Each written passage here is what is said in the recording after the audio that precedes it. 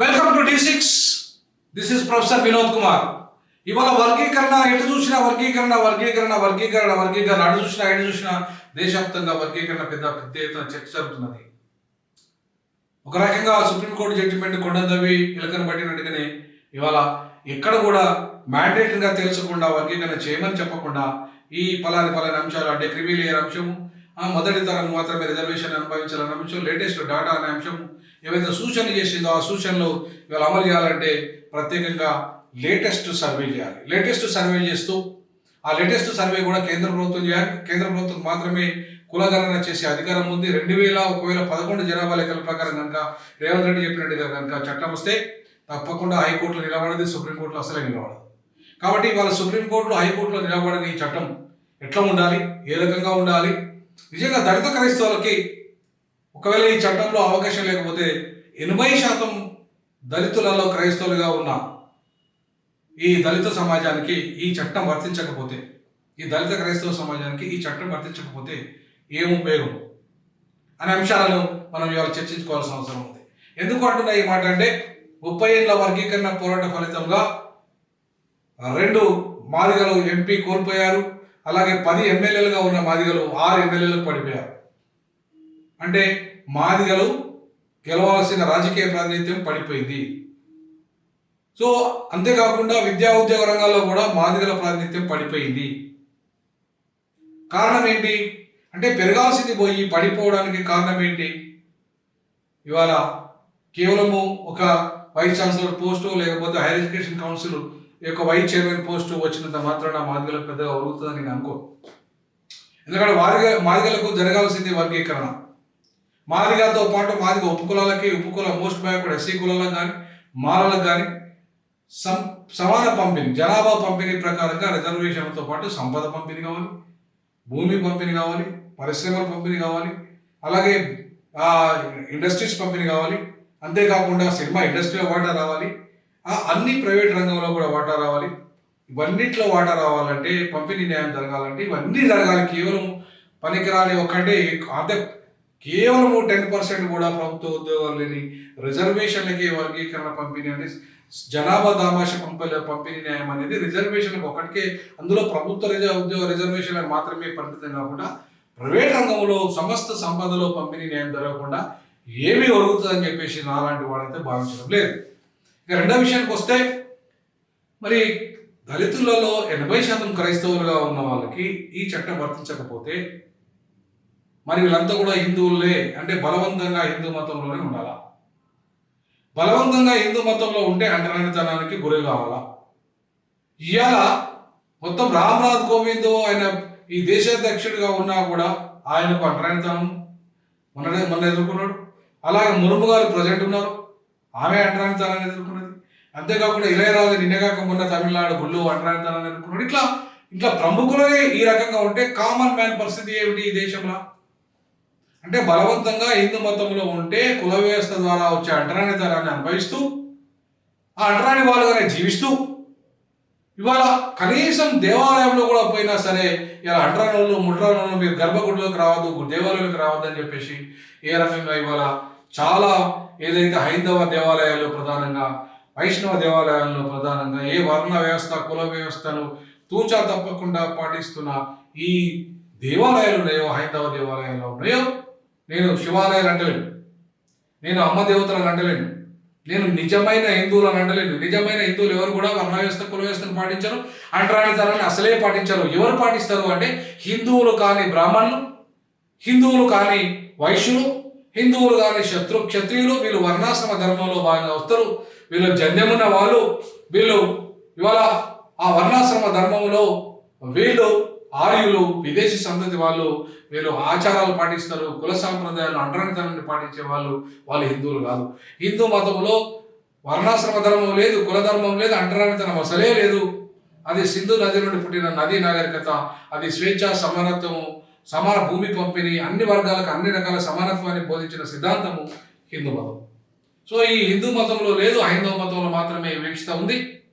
ఈ హైందవ మతంని పేరు మీద హిందూ మతం పేరు మీద హైందవ మతం చెలామణి అవుతూ ఇవాళ వాళ్ళు దళిత క్రైస్తవులకు మాత్రమే రిజర్వేషన్లు రద్దు చేసి, అలాగే ఇవాళ ఓసీ క్రైస్తవులకి, బీసీ క్రైస్తవులకి, చివరికి ఎస్టీ క్రైస్తవులకు కూడా రిజర్వేషన్ అనుమతిస్తూ ఇవాళ కేవలము దళిత క్రైస్తవులకు, దళిత ముస్లింలకు మాత్రమే రిజర్వేషన్లు రద్దు చేయడము, విదేశీ మతం పేరు మీద రద్దు చేయడము రాజ్యాంగ విరుద్ధం. మరి విదేశీ మతం అన్నప్పుడు ఇస్లాము, క్రైస్తవ మతం తీసుకున్న రెడ్లు, ఇదే అప్పర్ కాస్ట్, అగ్రకులాలు, బీసీలు, మళ్ళీ ఎస్టీలకు ఎట్లా రిజర్వేషన్ మీరు ఇస్తున్నారు? వాళ్ళకి ఇచ్చినప్పుడు, విదేశీ మతాల్లోకి వాళ్ళు వెళ్ళినప్పుడు వాళ్ళకి రిజర్వేషన్ ఇచ్చినప్పుడు ఒక్క దళితులు మాత్రమే విదేశీ మతాలకు వెళితే నేరస్తులు ఎట్లయితారు? వాళ్ళకు లేని నేరము, వాళ్ళకు లేని చట్టము, వాళ్ళకు వర్తించని అసమానత, వాళ్ళకు రిజర్వేషన్లు ఏ రకంగానైతే వర్తిస్తున్నాయో, అంటే ఇతర ఇస్లాం క్రైస్తవ మతంలోకి పోయినా కూడా మరి దళితులకు మాకెందుకు వర్తించాయి? మరి మాకు వర్తించనివి, మాకు ఏ రిజర్వేషన్ వర్తించినప్పుడు వర్గీకరణ చట్టం వర్తిస్తుందా దళిత క్రైస్తవులకి?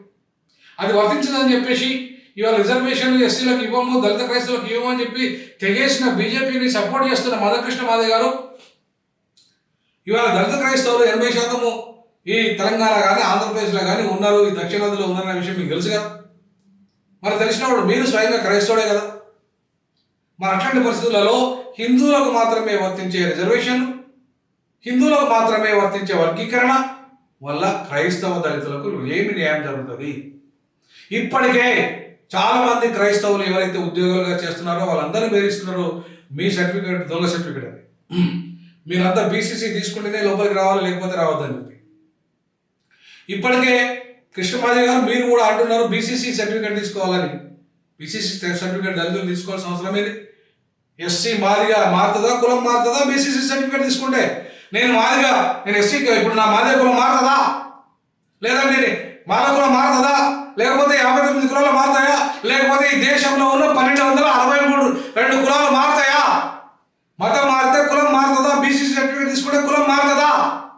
మరి మారినప్పుడు మీరు ఎట్లా అంటారు బీసీసీ సర్టిఫికేట్ తీసుకోమని చెప్పి దళిత క్రైస్తవులని? అంటే మీరు బీజేపీ పక్షాన మాట్లాడుతున్నారా? మీరు హైందవ ధర్మం పక్షాన మాట్లాడుతున్నారా? కాబట్టి ఇవాళ దళిత క్రైస్తవులకి ఇవాళ వర్గీకరణ ఫలాలు అందరి రీతిలో కనుక చట్టం వస్తే ఏమి లాభం లేదు. రేవంత్ రెడ్డి గారు, చంద్రబాబు గారు మీకు దమ్ముందా? మతం పునాదిగా రిజర్వేషన్లు ఇది భారతదేశం అంగీకరించలేదు. మీరు ఎట్లా మతం పునాదిగా ఇస్తున్నా ఈ రిజర్వేషన్ దళిత క్రైస్తవులు మతం మారితే ఇయ్యొద్దని చెప్పిస్తున్నారు. రాజ్యాంగ వ్యతిరేకమైన నిబంధనలు పాటిస్తారు. ఒక రాష్ట్రపతికి బుద్ధి లేదు, ఆనాటి రాష్ట్రపతికి బుద్ధి లేదు. ఆనాటి రాష్ట్రపతి చేసిన తప్పును సవరించే అధికారం పార్లమెంట్కి లేదా? పార్లమెంట్లో ఇప్పటిదాకా సుదీర్ఘకాలంగా ఈ దేశాన్ని పరిపాలించిన కాంగ్రెస్ పార్టీ ఏం సంఘనాకింది? ఈ దళితుల ఓట్లతో రాజకీయ అధికారాన్ని సాధించిన కాంగ్రెస్ పార్టీ ఎందుకు ఆ నిబంధనలను పార్లమెంట్లో సవరించలేదు? బీజేపీ ఎట్లా దానికి వ్యతిరేకం. మరి కాంగ్రెస్ ఎందుకు సవరించలేదు? ఎందుకు మిగతా ప్రాంతీయ పార్టీలన్నీ కూడా ఈ దేశంలో ఆ చట్టం సవరించండి అని చెప్పేసి ఎందుకు కొట్లాట చేయడం లేదు? అసలు ఈ పార్టీలన్నీ కూడా దళిత క్రైస్తవుల ఓట్లతో అధికారులు రావడం లేదా? అది బీఆర్ఎస్ కానీ, కాంగ్రెస్ కానీ, వైఎస్ఆర్ కాంగ్రెస్ కానీ, బీజేపీ కానీ, ఇంకో పార్టీ కానీ ఈ దేశంలో దళిత క్రైస్తవులు 45 కోట్ల మంది, దాదాపు 40 కోట్ల మంది ఉన్నారు దళిత క్రైస్తవులు. వారంతా ఓటేస్తే అధికారంలోకి వచ్చిన వాళ్ళు కాదా? మన అట్లాంటి పరిస్థితులలో దళిత క్రైస్తవులకి ఎస్సీ హోదా ఇవ్వకుండా వర్గీకరణ చట్టం వస్తే లాభం ఏమిటి? ఒకవేళ ఆ చట్టం మతం న్యూట్రల్గా ఉండి దళిత క్రైస్తవ మతం తీసుకున్నా సరే మీకు ఆ రిజర్వేషన్ వర్తిస్తే అని చెప్పి చట్టం వస్తే సంతోషిస్తాం, స్వాగతిస్తాం. రేవంత్ రెడ్డికి ఆ దమ్ముందా? రేవంత్ రెడ్డి అదే కరెక్ట్గా శాస్త్రీయంగా ఈ రాష్ట్రంలో వర్గీకరణ చట్టాన్ని అమలు చేస్తాడా? 371D ప్రకారంగా వర్గీకరణ చట్టాన్ని అమలు చేస్తాడా?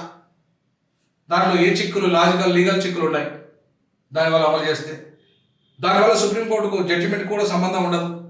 ఎందుకంటే 371Dకి రిజర్వేషన్ల పంపిణీ న్యాయానికి సంబంధమే లేదు, సుప్రీంకోర్టు జడ్జిమెంట్కి సంబంధమే లేదు. 73 నుండి అమలవుతుంది.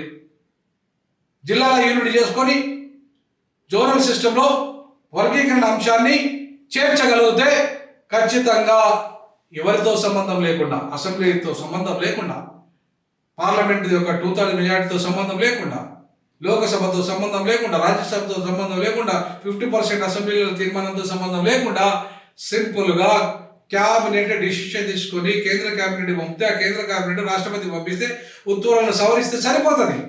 ఇంత సింపుల్ లాజిక్ను, ఇంత సింపుల్ లీగల్ సమస్యను ఇంత జటిలం ఎందుకు చేస్తున్నారు మీరు? 341 సవరణ పేరుతో ఇంతకాలము ఇవాళ మాదిగలను మోసం చేసింది ఎవరు? 341 సంబంధం లేదు సుప్రీంకోర్టు జడ్జిమెంట్ ఇచ్చిన తర్వాత ఇవాళ రాష్ట్రాలు చేసుకునే అధికారం ఉన్నాక గతంలో పంజాబ్ 75లోనే చేసింది. 2019లో సుప్రీంకోర్టు జడ్జిమెంట్ రాకముందే తమిళనాడులో ఇవాళ 3% పెంచుకోగలిగి అక్కడున్న అరుంధత్యాలకు తమిళనాడు ప్రభుత్వం ఇచ్చింది. మరి ఇక్కడ కూడా ఇవ్వచ్చుగా.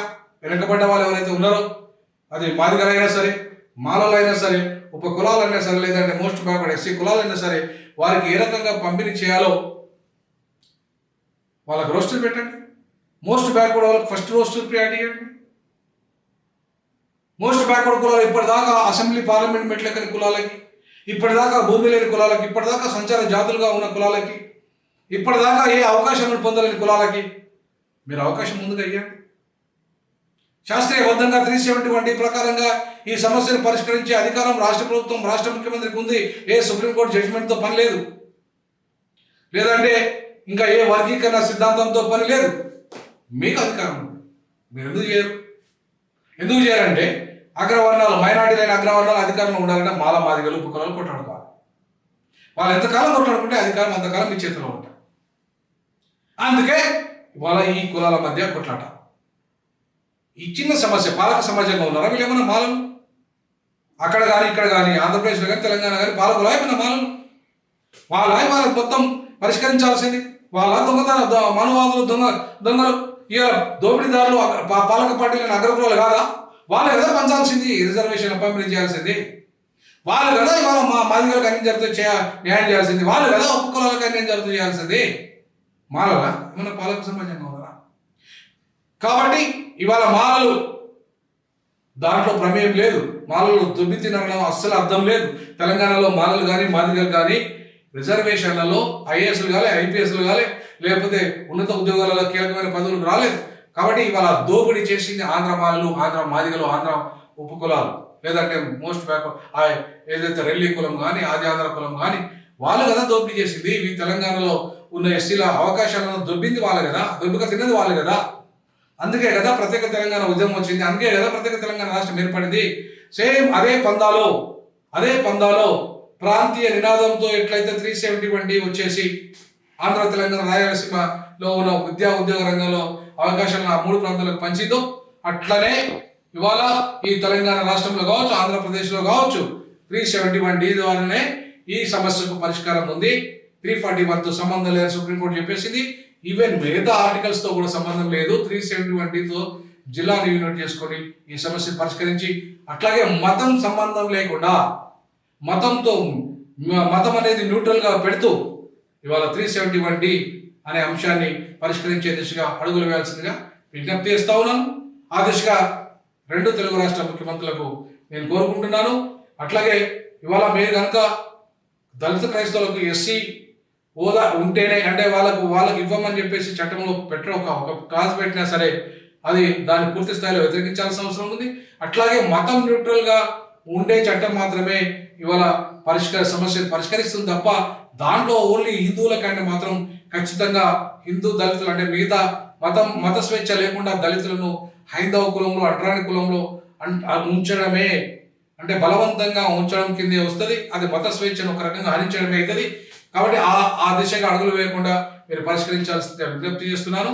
ఈ మన ఛానల్ ఇది, దీన్ని సబ్స్క్రైబ్ చేయండి, షేర్ చేయండి, అలాగే లైక్ చేయండి, అలాగే ఆర్థికంగా సహకరించండి. దక్షిణాది ఉద్యమానికి, దళిత జాతికి, బహుజన జాతికి, దక్షిణాది ప్రజలందరికీ ఈ ఛానల్ అంకితమైంది, ఈ ఉద్యమానికి అంకితమైంది. కాబట్టి మేము శాస్త్రీయంగా దళితులను ఏ సమస్యను పరిష్కరిస్తాం, ఏ కులాల సమస్య అయినా శాస్త్రీయంగా పరిష్కారం కావాలి, విద్వేషాలతో కాకుండా మనం ఈ సమస్యను పరిష్కరిద్దామని తెలుసు. జై భీమ్, జై దక్షిణాది, జై జై దక్షిణాది.